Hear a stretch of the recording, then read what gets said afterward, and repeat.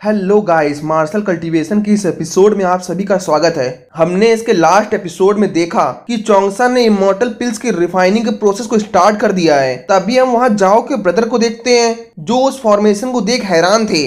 अब आगे एपिसोड का स्टार्ट उसी सीन के साथ होता है जहां चोंगसा एक बुक की हेल्प से इमॉर्टल मेल्टिंग पिल्स में डालने के इंग्रेडिएंट को चेक कर कहता है एल्केमी नोट्स के अकॉर्डिंग अभी तक तो सब ठीक है, लेकिन आगे का प्रोसेस सीनियर पर डिपेंड करता है क्योंकि सीनियर की प्योर इमॉर्टल पावर की हेल्प से ही इस इमॉर्टल पिल्स की मेकिंग के प्रोसेस को सक्सेसफुली आगे बढ़ाया जा सकता है। तभी हम स्क्रीन में जाओ के ब्रदर को उस फॉर्मेशन के पास आता देखते हैं। उनके उस फॉर्मेशन के पास आते ही चोंगसा को उसकी रिंग की हेल्प से पता चलता है कि उस फॉर्मेशन की कोई बहुत पास आ गया है। तभी चोंगसा अपनी विजन आई की हेल्प से उन्हें देख कहता है सीनियर जाओ को उस पिल्स के बारे में नहीं पता, इसीलिए वो इस बैन इमॉर्टल पिल्स को आइडेंटिफाई नहीं कर सकती।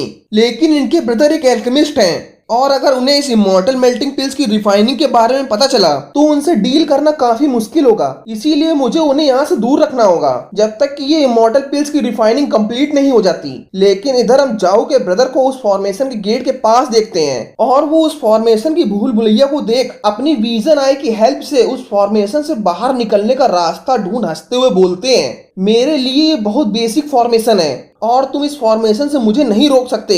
ये कहते हुए वो उस फॉर्मेशन में इंटर कर जाते हैं। तभी हमें चोंगसा को दिखाया जाता है जो उन्हें देख कहता है इन्हें इस बेसिक फॉर्मेशन से ट्रैप नहीं किया जा सकता क्योंकि वो फॉर्मेशन के एक्सपर्ट हैं। तभी चोंगसा आगे सोच कहता है लेकिन क्या होगा अगर ये सैकड़ों फॉर्मेशन हो। तभी हमें उस फॉर्मेशन को दिखाया जाता है जहां हम देखते हैं फॉर्मेशन में बहुत सारे चेंजेस होने लगे थे और कई सारे फॉर्मेशन मिलकर एक नया फॉर्मेशन बनाते हैं। तभी हमें जाओ के ब्रदर को दिखाया जाता है जो उस फॉर्मेशन से बाहर निकलने ही वाले थे, लेकिन तभी फॉर्मेशन के चेंजेस से उनके सामने बहुत बड़ी वॉल आ जाती है और उस वॉल को देख वो कहते हैं मुझे लगता है ये एक चेन फॉर्मेशन है। तभी उनकी नजर आसमान में बने एक फॉर्मेशन में पड़ती है और वो उस फॉर्मेशन को देख कहते हैं ये तो लिंग्विस्टिक्स टर्न फॉर्मेशन है और वो उस फॉर्मेशन के बारे में आगे बताते हैं इस फॉर्मेशन का लाइफ गेट आमतौर पर एक सर्टेन विंड होल पर लोकेटेड होता है, लेकिन ये विंड होल 6 स्टार सिगेसिस से भी मेल खाता है क्योंकि उसमें भी 6 स्टार होते हैं और ये स्टार 4 डायरेक्शन में डिवाइडेड हैं और ये सभी कीसा स्टार पर लोकेटेड हैं। ये कहे वो उस फॉर्मेशन की ओर जंप लगा देते हैं, लेकिन तभी उस फॉर्मेशन से निकली एनर्जी उन पर अटैक कर देती है और वो उस एनर्जी से खुद को सेव कर ही रहे होते हैं। लेकिन तभी वो सभी स्टारों की एनर्जी एक उन पे अटैक करती है और वो अपनी कल्टीवेशन पावर से खुद को सेव कर उनकी एनर्जी को डिस्ट्रॉय कर देते हैं और एक हंसी के साथ उस फॉर्मेशन में इंटर कर जाते हैं। लेकिन वो फॉर्मेशन भी चोंगसा का बनाया हुआ ट्रैप होता है और वो उस फॉर्मेशन में आप गुस्से से कहते हैं इसने कितने ट्रैप बना रखे हैं। तभी स्क्रीन में चोंगसा को दिखाते हैं जो उन्हें ट्रैप में देख कहता है मैं सीनियर को ज्यादा देर ट्रैप में नहीं रख सकता क्योंकि अगर मैंने देर की तो उनका डाउट मेरे पर और बढ़ जाएगा। आगे वो जाओ की ओर देख कहता है जितना जल्दी हो सके हमें इस इमॉर्टल मेल्टिंग पिल्स की रिफाइनिंग को कंप्लीट करना होगा। तभी स्क्रीन जाओ के ब्रदर पर आती है और वो उन ट्रैप में अभी भी फंसे हुए कहते हैं इस फॉर्मेशन में 24 एरा आपस में इंटरकनेक्टेड हैं और मुझे इस पर विश्वास नहीं हो रहा कि मैं इस बेसिक फॉर्मेशन से अभी तक बाहर नहीं निकल सका।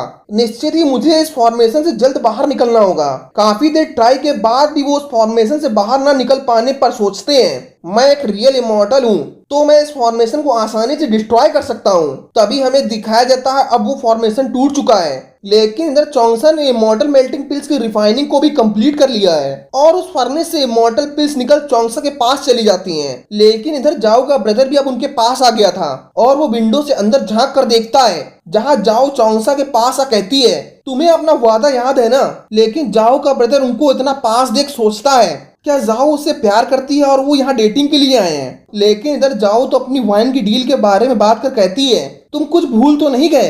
लेकिन जाओ का ब्रदर उनको इतना पास देख परेशान हो कहता है इस मैटर के बारे में मैं सासी को कैसे समझाऊंगा और वो ये सोच वहां से वापस चला जाता है। इधर चोंगसा भी उसे जाता देख रिलैक्स हो सोचता है सौभाग्य से उन्हें इमॉर्टल पिल्स की मेल्टिंग के बारे में नहीं पता चला और मैंने सही समय पर सभी ट्रैप को हटा दिया जिससे उनका डाउट भी मेरे पर नहीं बढ़ा। तभी जाओ उससे कहती है डील के अकॉर्डिंग युवान कल्टीवेशन पिल्स की रिफाइनिंग के बाद अब तुम मुझे 1 साल तक ज्यूरन वाइन दोगे। जाओ की बात सुन चोंगसा शर्त के अकॉर्डिंग उसे वाइन देता है। उस वाइन को देख जाओ कहती है अगर फ्यूचर में भी आपको हेल्प की जरूरत हो तो मुझे याद करिएगा। ये कह जाओ वहां से जाने लगती है। जाओ को जाते देख चोंगसा उसे रोक कहता है सीनियर, आपको मुझसे प्रॉमिस करना होगा कि यहाँ पर हुई रिफाइनिंग के बारे में आप किसी को नहीं बताएंगे। इसी के साथ ये पार्ट समाप्त हो जाता है। अगर आपको हमारा एक्सप्लेनेशन अच्छा लगा हो तो हमारे चैनल को सब्सक्राइब करना बिल्कुल मत भूलिएगा। मिलता हूँ नेक्स्ट एपिसोड के साथ।